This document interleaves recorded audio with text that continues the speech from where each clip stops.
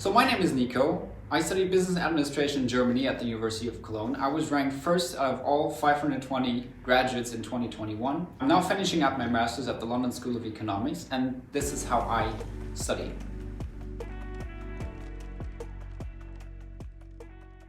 So what is studying? We try to get information into our brains. The thing is, to store information, our brain needs to build new brain cells, and that costs energy. And as all biological creatures, we don't like spending energy. So studying is about persuading our brain to spend energy, persuading our brain that that information is actually so important that it's worth to spend energy to store it. And so there are multiple techniques to persuade your brain to store information, to spend energy. So the first technique is how I think we all started studying, is repetition. If I think about how I studied in high school, if I wanted to remember something, I just read it over and over and over again until I had memorized it. Studies have shown this is an extremely bad studying technique. It's extremely ineffective. Your brain won't build very much brain cells, so you will forget the content very quickly. And if you think about it, how often have you been sitting on an airplane listening to the security announcement? And how much do you remember? Probably not a lot. So studies have shown repetition is not really a good way to go. It works, but it works very badly. And if you want to remember information long term, and if you want to recall this information maybe under pressure in an exam, it's really not a good idea. So before I talk about the second technique, I have a task for you. So those are 10 words, and I want you to find 3 categories to put those 10 words into. So stop the video now and find the 3 categories. And if you've done that, continue watching. So we'll come back to that. But first, the second technique on how to persuade your brain to store information, it's emotions. If you think about what memories you have, most of them are associated with very strong emotions. Might be your first date, might be your 18th birthday, might be the funeral of your grandmother. Those are events associated with very strong emotions. And if you have very strong emotions, your brain almost instantly knows this is important, I need to remember this. So how can you use that channel during study? It's not that easy, but there are a couple of ways. The first one is go to enthusiastic professors. If a professor is enthusiastic or a teacher is enthusiastic, you will remember the information much better than if the teacher is not enthusiastic. The second way is to actually ask yourself questions before you start studying. And sometimes I actually do that, I write those questions down. So this question could be, what is cancer? How do financial markets work? Where does inflation come from? Because humans are naturally curious, and asking those questions will elicit some excitement, and you will be excited to actually solve this question and to solve this riddle and to actually learn the material. And the third way is to put down motivations. This can be as simple as, I want to be a doctor because I want to cure people. I want to learn development economics because I want to know how to end poverty. And this can help you to be a bit more emotionally engaged in this remember stuff better. But the third and I think most important strategy to get material into your brain is to do activities that require high mental effort. And the idea is simple. If you think hard about something, then your brain notices, okay, this guy thinks very hard about this information. It has to be important. I will store and remember this bit of information. And how can you do that? The first thing has to do with the task I just gave you. You remember the 10 words that I asked you to find categories for? So now stop the video, take out the notes app on your phone or a piece of paper and write down as many of those 10 words as you can remember, and then press play again. So how many of the words do you remember? 5, 6, maybe a bit more? That's kind of surprising because I didn't ask you to study those words. I just asked you to find categories.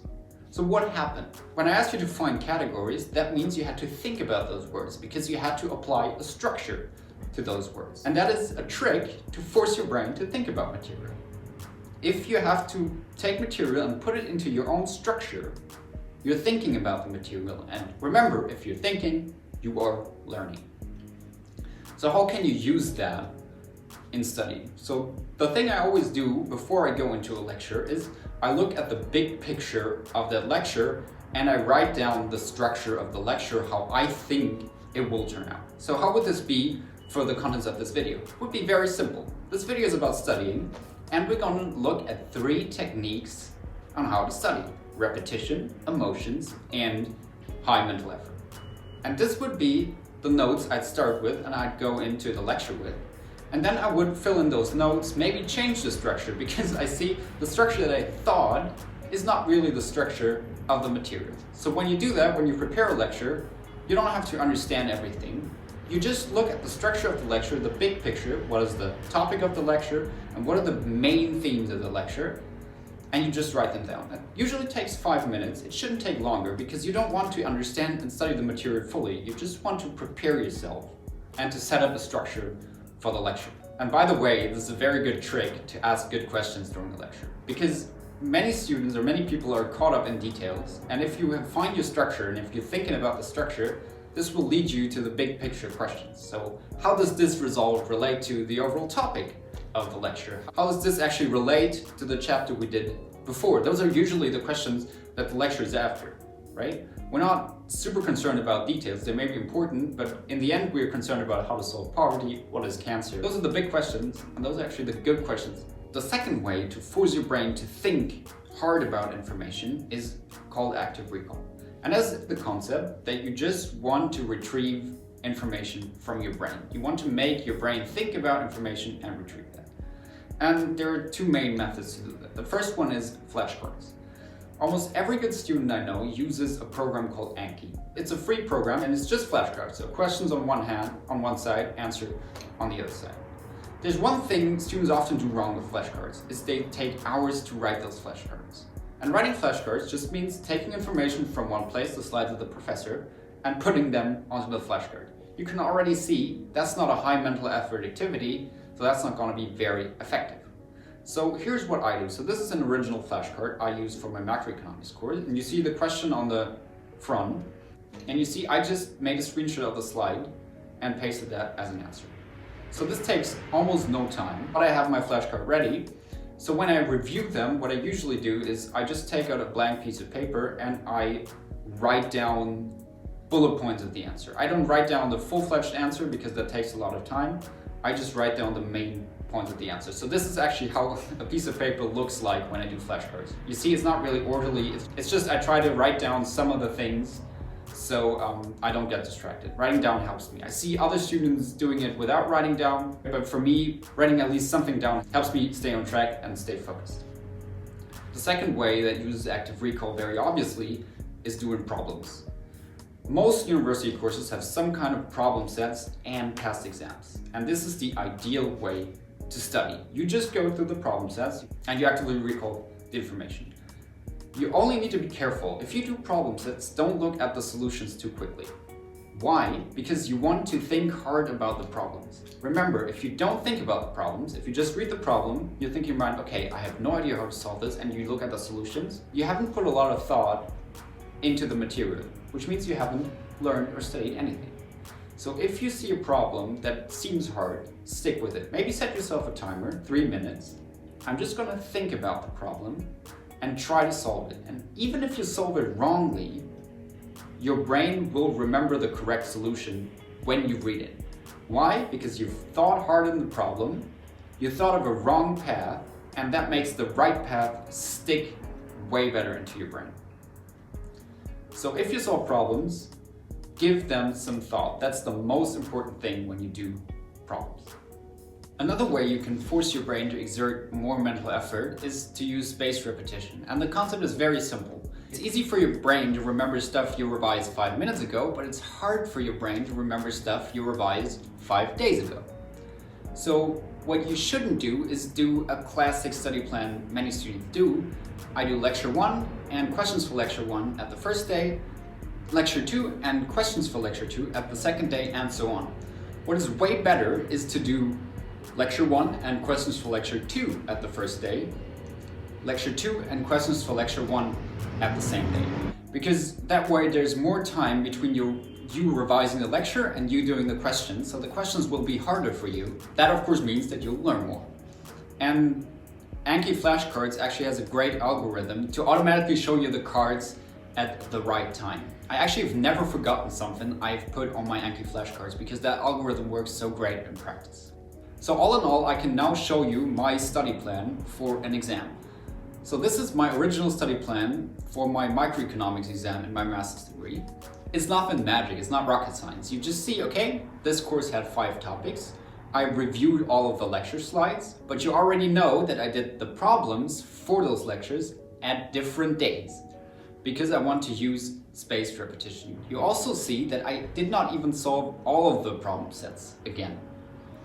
Most of them, but not all of them, because sometimes problem sets are just not reflective of what's going to come up in the exam. And what you will also notice is I did an excessive amount of past exam papers because those forced me to think about the material, they forced me to actively recall material, and they also forced me to do spaced repetition. Why? Because an exam usually covers all topics of the course, so if I do a past exam paper, I review all topics of the course on one day and not just a single topic.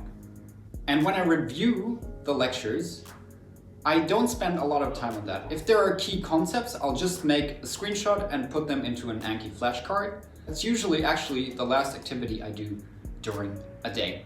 The first activity I do is my Anki flashcards, and then I do problem sets and past exam papers. What you will also notice about my study plan is that I don't write a summary. And you know the reason why. Writing summaries is not a high mental effort activity.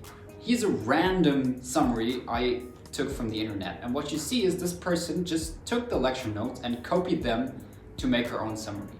And copying stuff is just not mentally straining. You won't learn anything when doing that. So I always feel bad for students who write long, excessive summaries because that's a lot of time spent doing stuff, but not a lot of time spent learning stuff. So it's okay to write summaries. For some people it works, but don't spend an excessive amount of time on it and control yourself. Am I actually thinking about the material? Is this exhausting? Or can I do this for 10 hours straight in the library? Because then it's probably a bad activity and you should do something else instead. So the spirit of this study plan is very much in line with what I've told you. What I want to do is I want to do tasks that are as mentally straining as possible. So if you think about it on a line between high effort and low effort, we're constantly drawn to low effort tasks, right? Questions we can do, questions we do not think, we don't need to think about that much because they're fun and they're not exhausting. But that's not the questions we learn on. So when studying, I want to constantly do questions that I find hard, right? Of course, you also don't want to do questions which are too hard. So you want to find out that kind of sweet spot in the middle. But usually I feel myself drawn to doing stuff that I can already do. So that is actually too easy for me to properly learn. And the second thing you also see from this study plan is that I spend as much time as possible on past exams and as little time as possible on the rest, because that's actually what I'm preparing for, right? I'm preparing for the exam. I'm not preparing to review some random lecture notes. So to summarize what we've learned, I've talked about that studying is all about getting information to your brain, and I've talked about 3 strategies to actually persuade your brain that what you want to learn is important. The first is repetition, which does not work that well. The second one is emotions, which works extremely well, but is hard to apply to university studies. And the third one is trying to do stuff that is hard for your brain, exerting a lot of mental effort. So to finish up this video, I've talked a lot about studying. I have told you every single trick in the book I know, but I want to stress, while studying and grades are important, this is not the most important thing of your university life. You should build your character, you should build long-lasting relationships, you should enjoy your time at university. You might be there for 3, 4, 5 years, and that's quite a big portion of your life. So don't do the mistake I did, and don't study too much. Studying is not the most important thing in your life.